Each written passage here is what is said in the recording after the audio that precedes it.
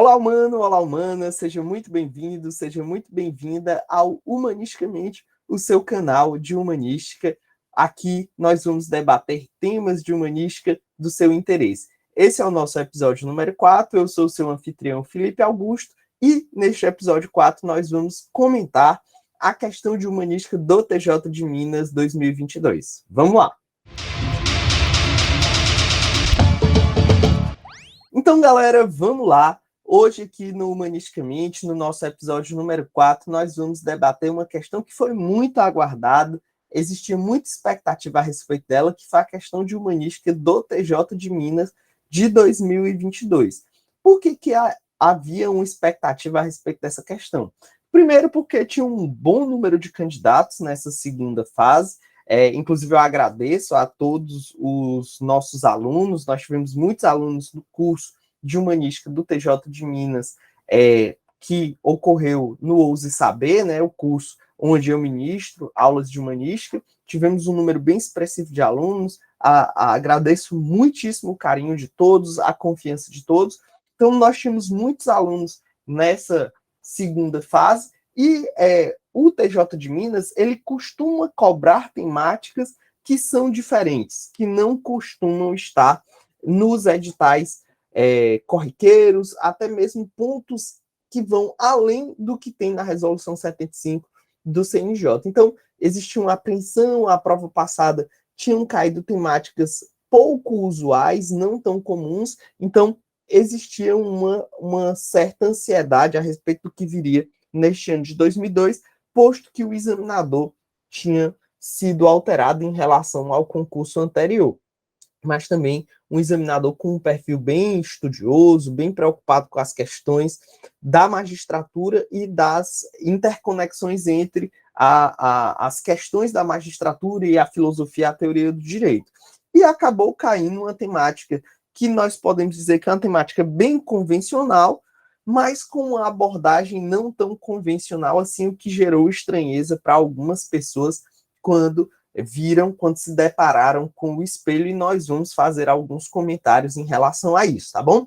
E, para isso, nós vamos apresentar aqui a questão e o espelho. Eu vou ler a questão, vou fazer comentários, vou mostrar o espelho, vou fazer comentários, e aí a gente pode fazer uma reflexão crítica a respeito disso, porque essa temática aqui que foi trabalhada na questão, com certeza absoluta, ela vai aparecer em outras provas objetivas, subjetivas, de outras carreiras. É uma temática universal do direito, que é a temática do positivismo, é uma temática geral do direito, que é a temática da hermenêutica, dos limites da interpretação, tá ok?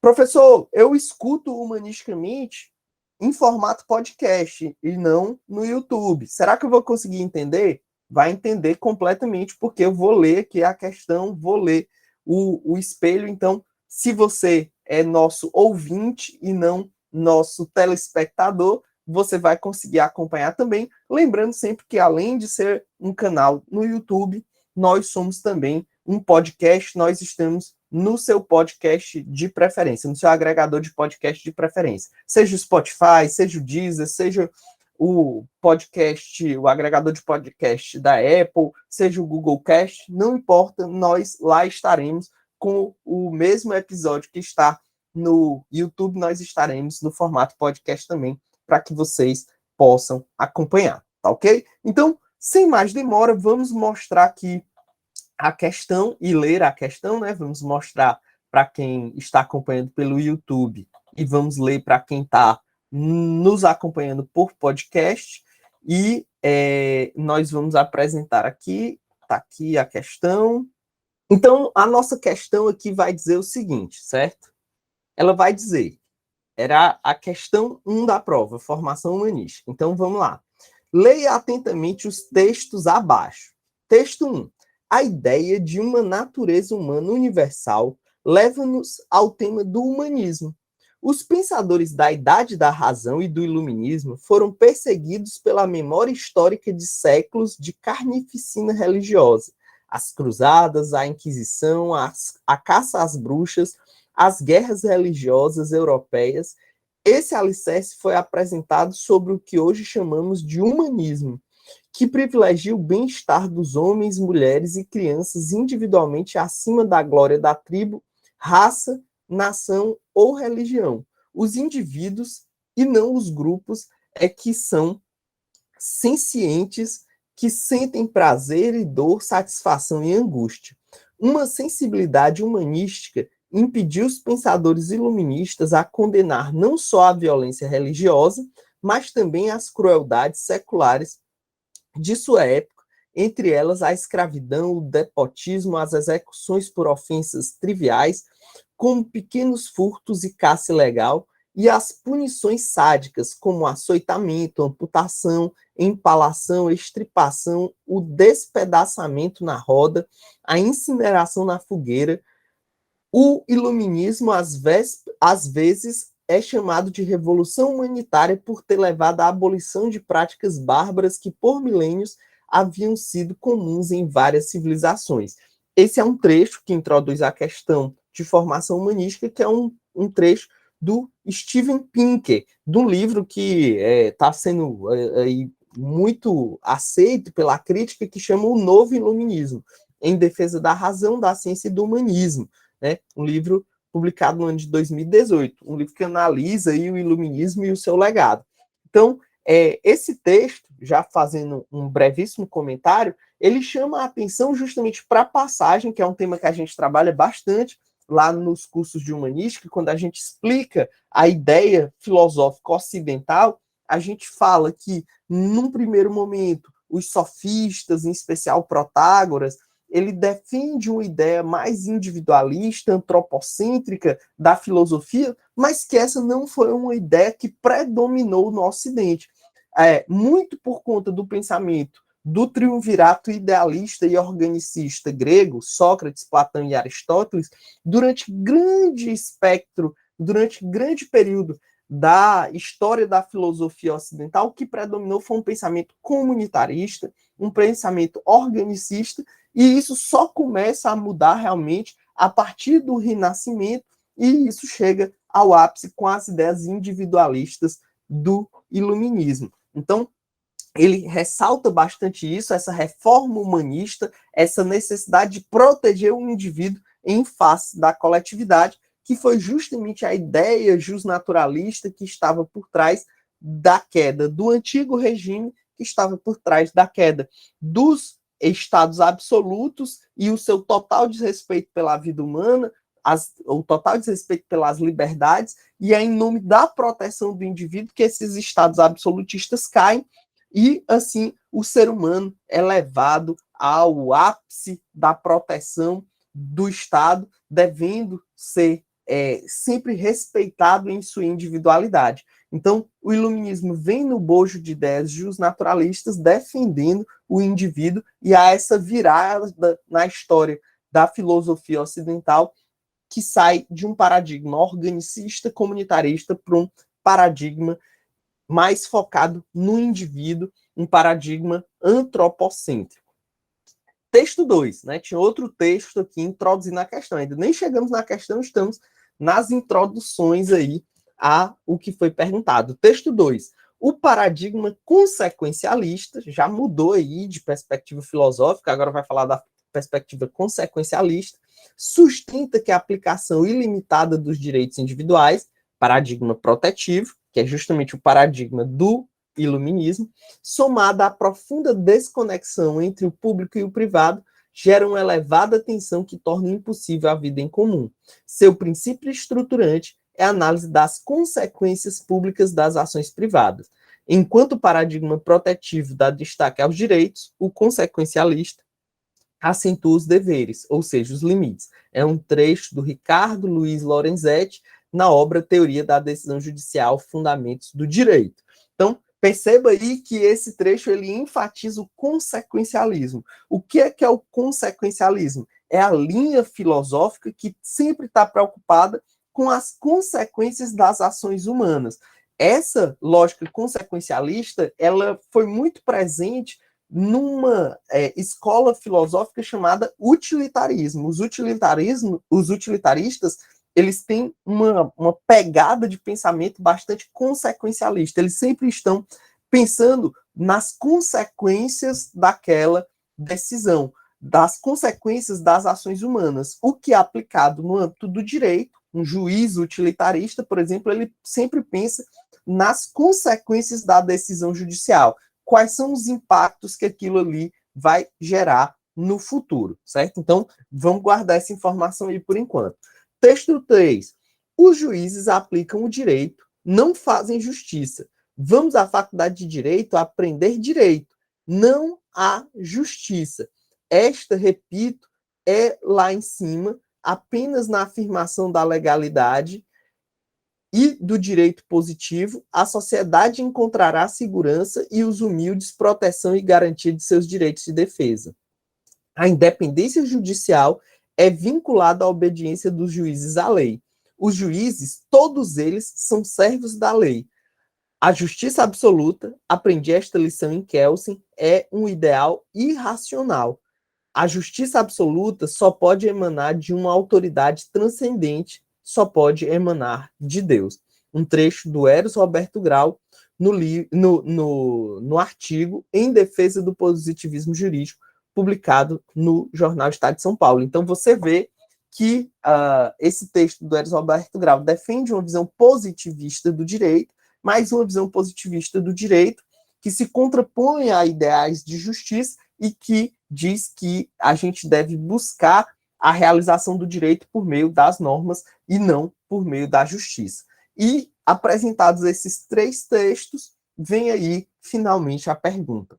No contexto jurídico brasileiro contemporâneo, discorra sucintamente sobre positivismo jurídico e ativismo judicial. Então, essa era a nossa questão posta, um tema que é relativamente simples. Positivismo jurídico é talvez uma das principais teorias do direito, que a gente trabalha muito nos cursos, que a gente fala demais, que a gente aprende desde os primeiros semestres da faculdade, e ativismo judicial é um tema também muito frequente, um tema muito comum, que está na ordem do dia dos concursos públicos, do debate jurídico, os limites até onde a gente pode interpretar o direito. Então, a questão, basicamente, pedia que a gente falasse sobre positivismo jurídico e ativismo judicial, e a partir dos textos postos, a gente pode ter um pouco de noção de quem era o examinador, o que o examinador queria.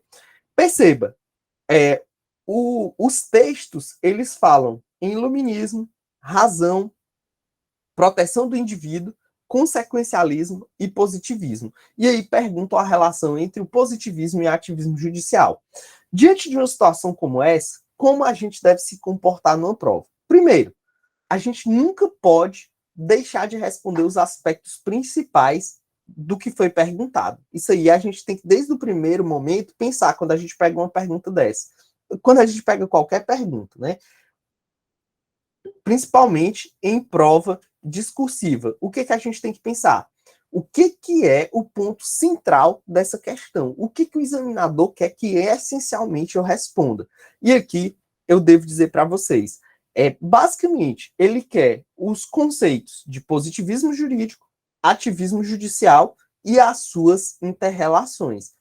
E ele nos ajuda, principalmente quando ele fala de positivismo jurídico, porque ele coloca um texto do Eros Roberto Grau que fala uma versão de positivismo jurídico, que é a posição que questiona as noções de justiça, inclusive citando expressamente um autor que é o Kelsen. Então, a gente tinha que claramente explicar o positivismo jurídico e mais detidamente o positivismo jurídico na visão kelseniana, explicar o que era ativismo judicial e a relação entre eles. E um ponto também chamar a atenção, que é o do consequencialismo. Está muito claro aí que a questão trazia o tema do consequencialismo, então a gente tinha que, em algum momento, encaixar isso dentro do nosso debate. Então, se fosse eu, como estruturaria essa resposta? Primeiro de tudo, explicaria o que é o positivismo jurídico. E o que é o positivismo jurídico? Primeira coisa, a gente tem que explicar que não existe o positivismo jurídico. Existem os positivismos jurídicos. O positivismo jurídico é uma teoria do direito complexa, que já teve várias matrizes de pensamento e cada dia mais a gente vê debates a respeito desse tema, temas que estão sendo resgatados hoje em dia, como, por exemplo, os positivistas inclusivistas, exclusivistas, existe o positivismo ético, o positivismo científico, existem várias matrizes do positivismo jurídico. Então, a gente não pode achar que o positivismo é um só. Então, a primeira coisa é explicar o que é o positivismo, a ideia central do positivismo, suas subespécies, mas chamar atenção para um ponto especial, que é o positivismo científico de Kelsen, porque ele foi expressamente mencionado na questão. Então, se fosse eu, o que faria? Um parágrafo inicial explicando o positivismo. Positivismo jurídico é uma corrente de grande tradição na teoria do direito. O positivismo jurídico, ele é, de forma geral, a corrente de pensamento que defende que o direito ele é encontrado dentro das normas postas, dentro do ordenamento jurídico, tal como ele foi positivado pelos legisladores, tal como ele foi positivado pelas autoridades que têm poder para criar o direito. Logo, ele se contrapõe a pensamentos que defendem uma visão transcendental do direito, como, por exemplo, o justnaturalismo, que defende o direito como decorrente, como derivado de noções transcendentais, como, por exemplo, a noção de justiça. Vale, no entanto, chamar a atenção para o fato de que o positivismo ele possui várias vertentes de pensamento, podendo ser citado desde versões muito rústicas de positivismo, como a antiga escola da exegese, até versões mais sofisticadas de positivismo, como, por exemplo, a noção de positivismo ético. Vale, no entanto, chamar a atenção para a principal das correntes positivistas, a que teve maior destaque, que foi o chamado positivismo cientificista de Hans Kelsen. Kelsen buscava fazer do direito ciência, tendo um objeto bem definido, a norma jurídica, e tendo um método de trabalho bem definido, que era o método normativista, que era o método dos sistemas dinâmico e estático, que buscava, dentro da própria ordem jurídica, os elementos de funcionamento e operação do direito. Neste contexto, o positivismo jurídico ele buscava excluir do direito tudo aquilo que não fosse essencialmente jurídico, tudo aquilo que não fosse diretamente ligado à norma jurídica. Logo, ele buscava excluir do direito noções como valores, fatos sociais e focar detidamente na norma. Ao excluir a noção de valores, ao excluir o elemento transcendental do direito focando na norma, por via de consequência, o jurista do positivismo científico acabava se afastando de noções como as noções relativas de justiça. Então, o positivismo cientificista de Kelsen, ele busca um afastamento, ele busca uma separação da noção de justiça, porque para Kelsen, essa noção de justiça é uma noção relativa, o que levaria a uma insegurança do direito. Esse é o positivismo, essa é uma noção básica de positivismo científico para Kelsen, né? Lógico que você tinha que fazer um resumo disso, né? Em 2 parágrafos no máximo, explicar essa noção de positivismo. O ativismo judicial, por sua vez, é uma linha de pensamento que tem principalmente origem no cenário norte-americano, que é um modelo de direito que pressupõe um papel mais protagonista do Estado juiz. O Estado juiz buscando realizar algum nível de arquitetura social, ou seja, de intervenção na realidade social por meio das normas, mas dando grande margem de liberdade para o intérprete, principalmente para o intérprete juiz, para tomar considerações a respeito dessas normas que permitam com que o juiz faça intervenções sociais relevantes ao ponto de transformar aquela sociedade em um sentido mais direcionado ao que o jurista entende correto, ao que o jurista entende como devido. Um exemplo de autor e jurista que defende uma posição mais ativista do direito no Brasil, nós temos Luiz Roberto Barroso, que em um texto famoso e polêmico, inclusive defende como guarda conexão com o texto inicial da questão, um papel iluminista do judiciário. Defende, inclusive, Luiz Roberto Barroso, em um texto famoso de 2018, que o judiciário deveria ter um papel iluminista, deveria fazer com que a sociedade progredisse, fosse em direção às luzes da razão. Então, a ideia de ativismo é a ideia de uma certa arquitetura social promovida pelo judiciário. É isso que está por trás do ativismo judicial. Então, é uma linha de pensamento que defende maior intervenção do judiciário em questões políticas, em políticas públicas, em questão até mesmo de outros poderes.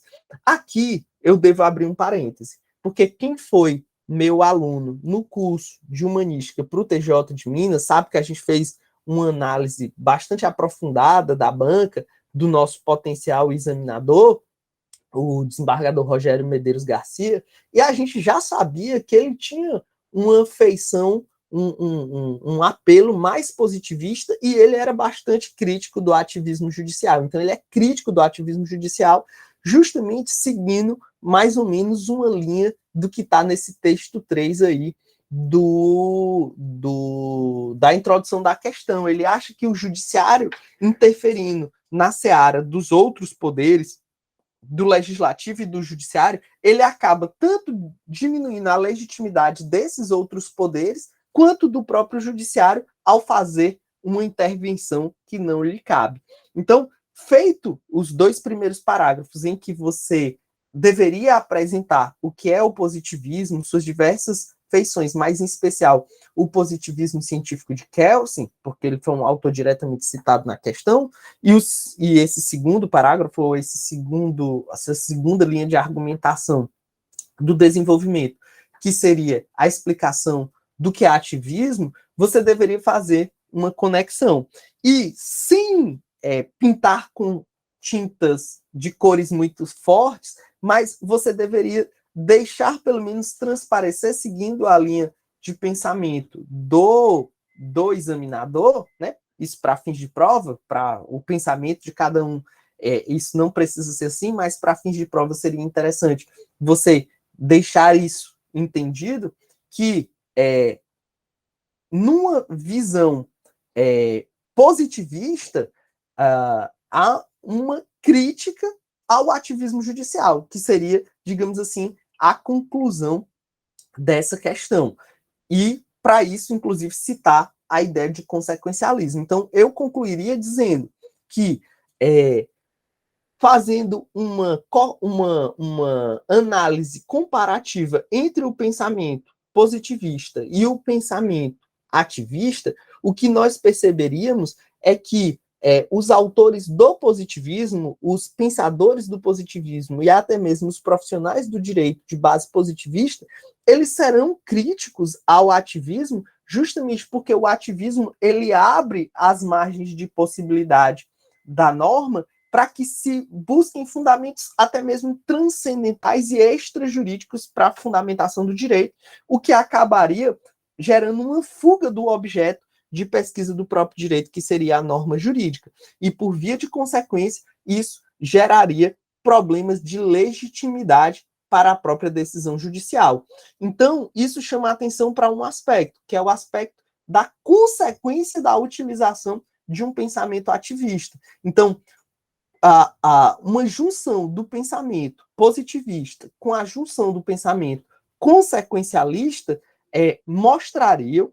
nos dariam como caminho para refletir que as decisões ativistas, por mais que em um momento ou em outro possam fazer brandar um clamor de justiça, né, possam fazer crer que se está realizando uma justiça em um caso concreto, isso com o passar do tempo, pode gerar efeitos nefastos do ponto de vista da própria legitimidade das decisões, no que tange à democracia da decisão do judiciário e principalmente da relação do judiciário com os outros poderes, com o poder legislativo, com o poder executivo, pois esse ativismo daria margem para interferências indevidas que colocariam em risco a própria harmonia dos poderes e a legitimidade das decisões democráticas. Então, se fosse eu, o aluno, fazendo essa questão de prova, eu seguiria mais ou menos esse caminho. Seriam basicamente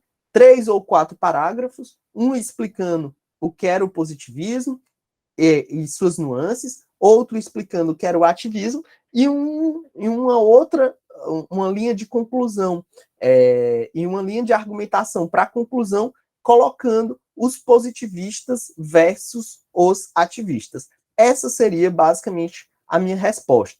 Vamos ver como é que o espelho veio e depois vamos fazer uma análise crítica do espelho, porque eu tenho críticas ao espelho e eu tenho críticas a essa resposta que eu daria, porque essa resposta que eu daria não é necessariamente aquilo que eu acredito, seja a respeito do positivismo, seja a respeito do ativismo. Mas a gente tem que entender que aqui a gente está fazendo uma prova, a gente sabia o que o examinador pensava e sabia o que tinha que responder. Então, calma, porque a minha resposta à questão não seria necessariamente o que eu penso. Vamos ver aqui, então, o que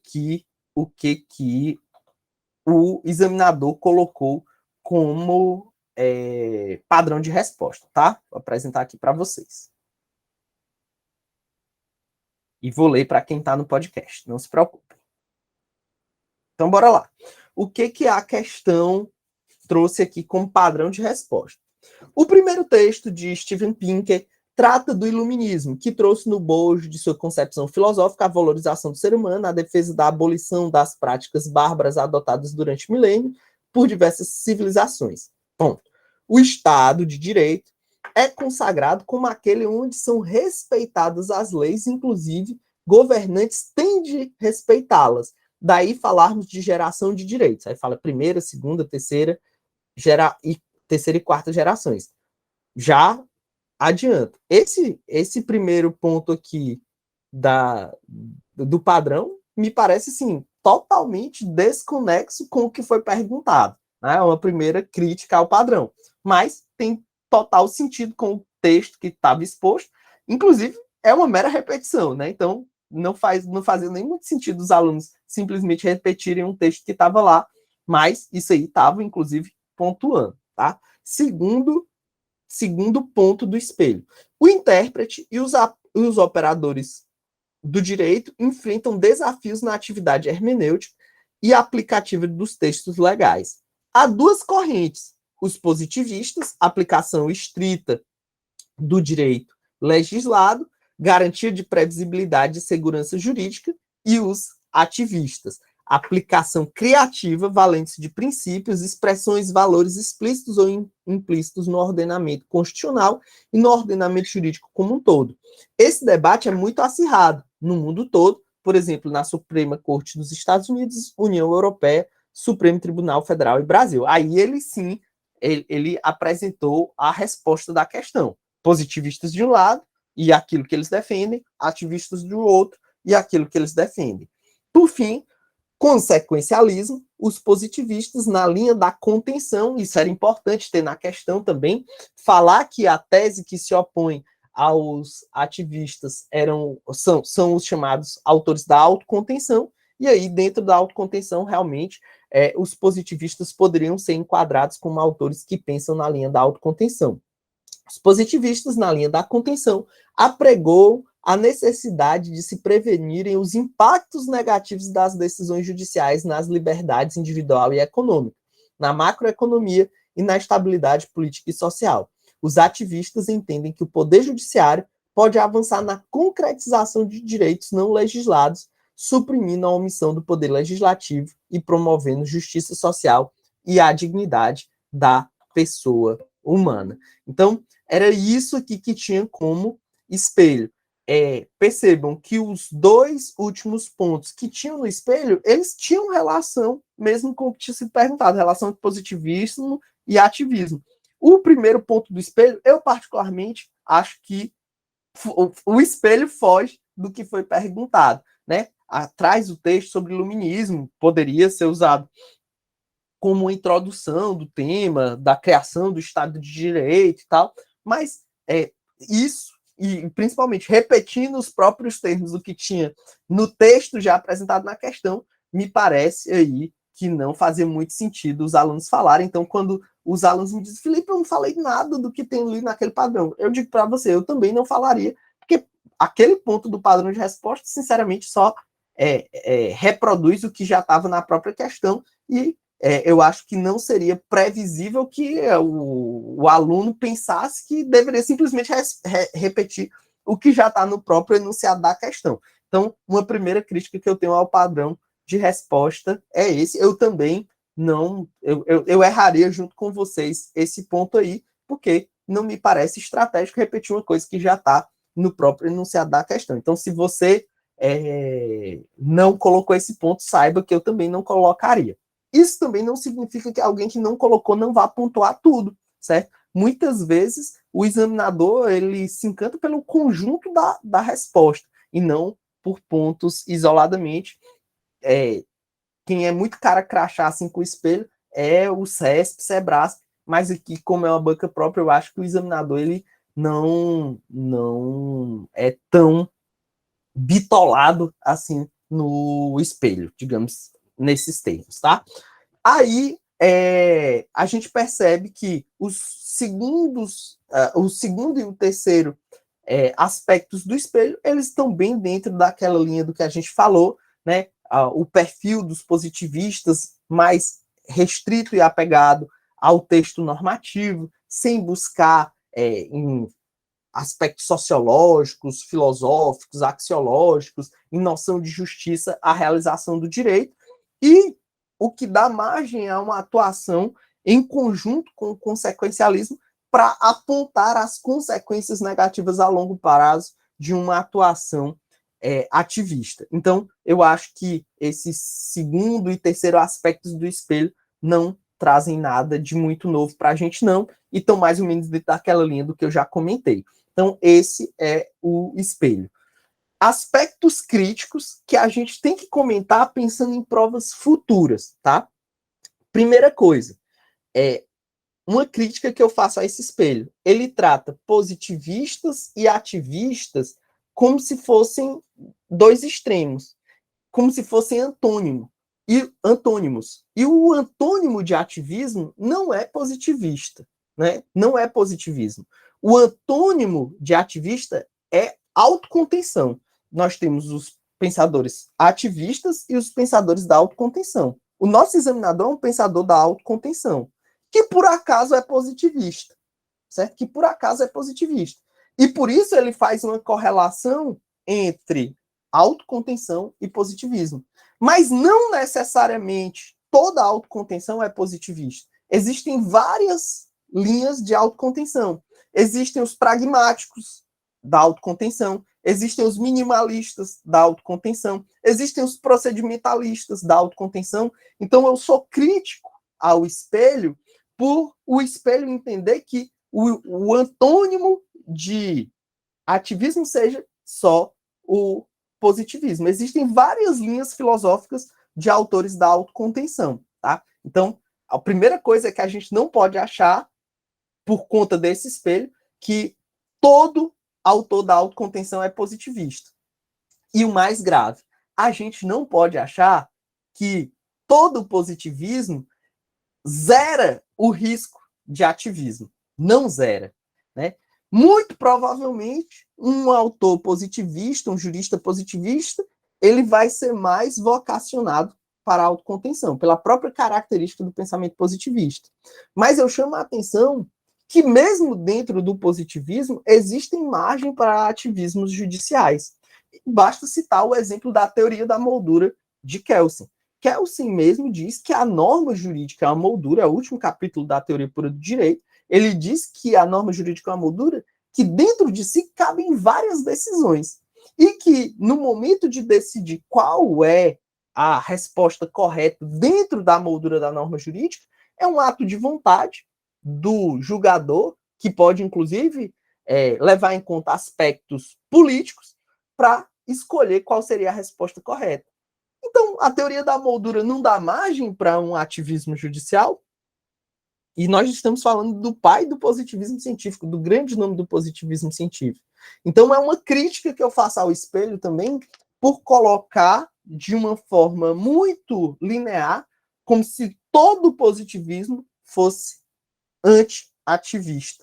E a gente não pode fazer essa identificação assim de forma muito distante. Então, nós temos que fazer essa reflexão crítica a respeito desse espelho, porque não é porque esse espelho falou isso que em toda prova vai ser assim. E a gente tem que ter uma compreensão crítica a respeito das coisas, tá?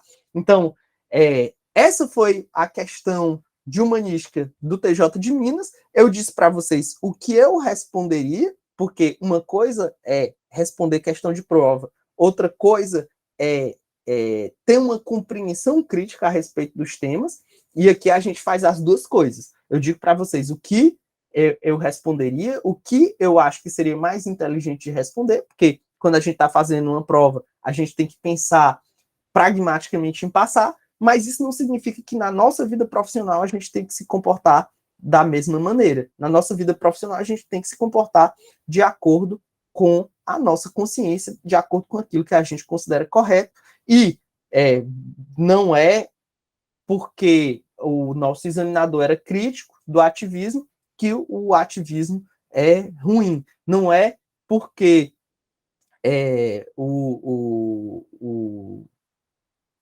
o ativismo tenha defeitos que ele, de todo, deva ser descartado. E também não significa que a autocontenção, por si só, vá levar a melhores decisões. Então, depende muito de uma série de fatores, depende do caso concreto, depende do que a norma posta diz, depende dos limites que o ordenamento jurídico impõe à decisão do juiz. Então, eu acho que esse fla-flu entre ativistas e autores da autocontenção, entre positivistas e justnaturalistas, pós-positivistas, ele acaba muitas vezes fazendo com que a gente tenha uma visão muito limitada da realidade. Então, o que eu quero deixar aqui como reflexão final para vocês cuidado com os espelhos, para não achar que porque um espelho fala uma coisa, aquilo é o certo a ser seguido em outras provas, certo? Então, vamos continuar refletindo criticamente a respeito dos temas, que eu acho que a gente ganha muito mais.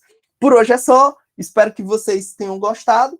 Para deixar aqui uma dica cultural para quem quiser se aprofundar a respeito da temática do positivismo, o livro clássico sobre o assunto é o Teoria Pura do Direito, do próprio Hans Kelsen, em que ele vai abordar diversos temas. É um livro que assim, se você não é acostumado com a leitura filosófica, é um livro de difícil de gestão, digamos assim, e se você nunca leu Kelsen, eu vou recomendar que você comece lendo por um livro que você vai encontrar aí nas principais livrarias, mesmo nas livrarias online, que é uma versão da Teoria Pura do Direito condensada, resumida pelo próprio Kelsen.